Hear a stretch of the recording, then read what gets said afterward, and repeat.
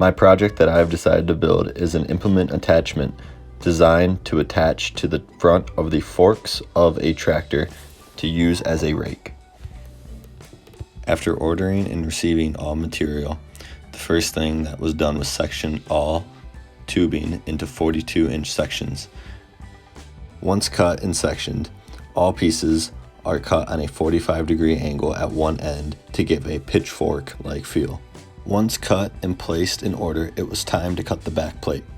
Having a thick base plate of 3/8-inch steel, it was always necessary to use a Magitech cutting table to cut out the base plate and slots for my forks.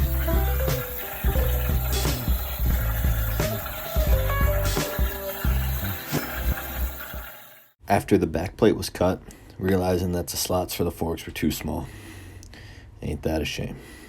So, using a belt sander, I had to file down the other end of the fork, once making sure that all forks fit into all slots. Using a Lincoln Power MiG 360 with 90% argon, 10% carbon dioxide mixed gas, tacking all the forks into place.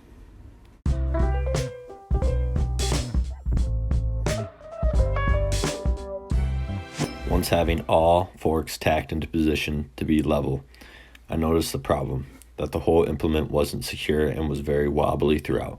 Cutting out spacers from the leftover tubing to go in between each fork gave the whole implement a more solid and secure feeling.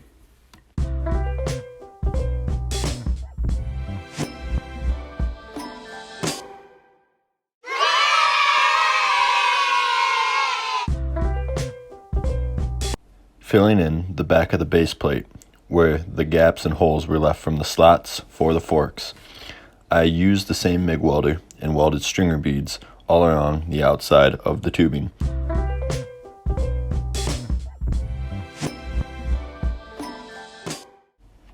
Cutting out 6.5 by 5.5 inch rectangles out of the 3/8 base plate, I took those and welded over top of the gaps where the forks would go, so it would take tension off of the base plate when the implement is in use.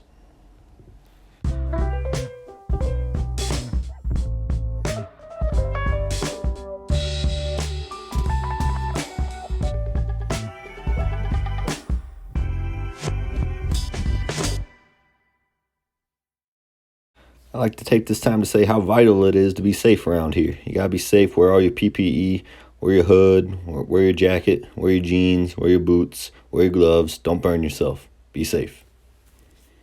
Towards the end of the project, before I was ready to paint, I took the implement home to try to fit it onto the tractor and realizing that it didn't fit.